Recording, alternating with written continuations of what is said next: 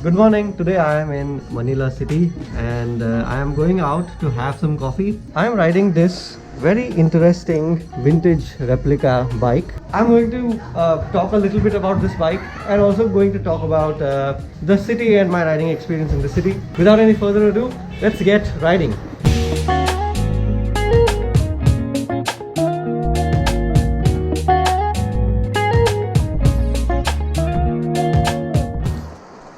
The traffic here is far less chaotic than in Bangalore. Even though people are fast, people do reckless riding, but still people follow lane discipline. There are cycling lanes throughout the city, which is really nice, and I see a lot of them commuting on the bicycle here. So I've been living in Manila for almost I think a month now. So my primary mode of transport has been the bicycle. Also I have done some motorcycling. If you have seen my previous video uploads, I've been riding some scooters and I have been driving around in cabs and all of that.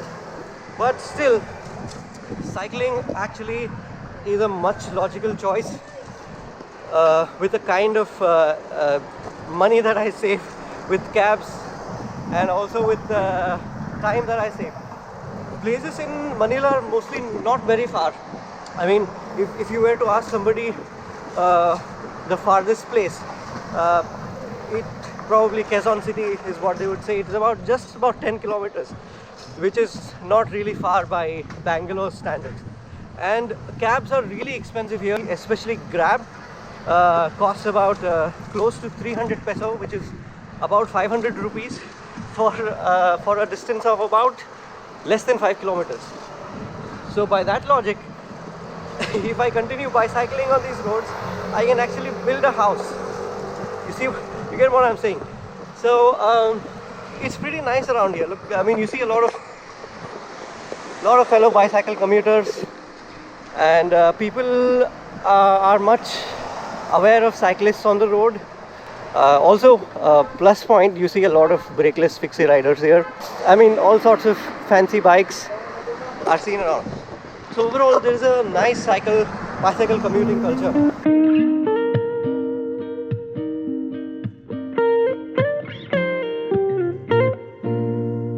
Commuting on a bike definitely saves you a lot of time here in Manila because traffic jams are bad, like really bad. Bangalore traffic jams are nowhere compared to the traffic jams here. To put things into perspective, I was commuting to a place in a cab and it was just about 5 kilometers away and it took me about 50 minutes to reach there. Whereas on the bicycle, the next day I went to the same place, point A to point B. I reached there in 15 minutes in peak hour traffic.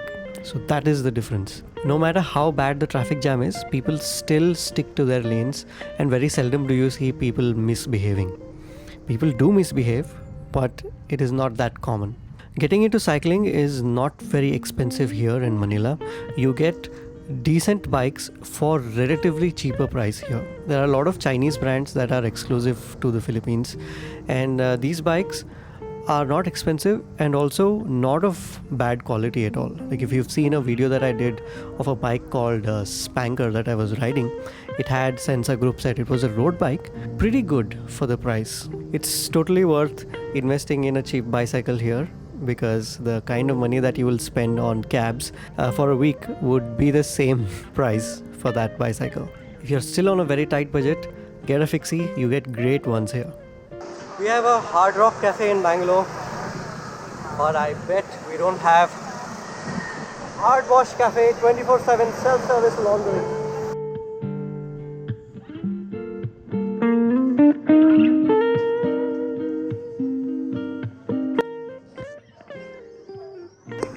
This place has its own bike parking. I think we need more places in Bangalore with a proper bike parking rack like this. Safe bike parking rack where you can lock your bike and not worry about it. And my coffee is here. The coffee and food was great. Now it's time to talk about the bike that I'm riding. So let me stop at a place and then I'll show you this very interesting bike that I have with me today. Here is the bike. I really don't know how to categorize this bike into. If I'm not wrong, I think this is called as a beach cruiser or a roadster. Please correct me in the comment section if you know anything about this style of bikes. This bike, as you can see, is not built for speed. It has a very upright position and an extremely comfortable wide saddle and wide swept back handlebars, which are very twitchy handling. Have to be real careful. These handlebars are put on this bike keeping in mind that you might be putting some sort of a load onto this basket.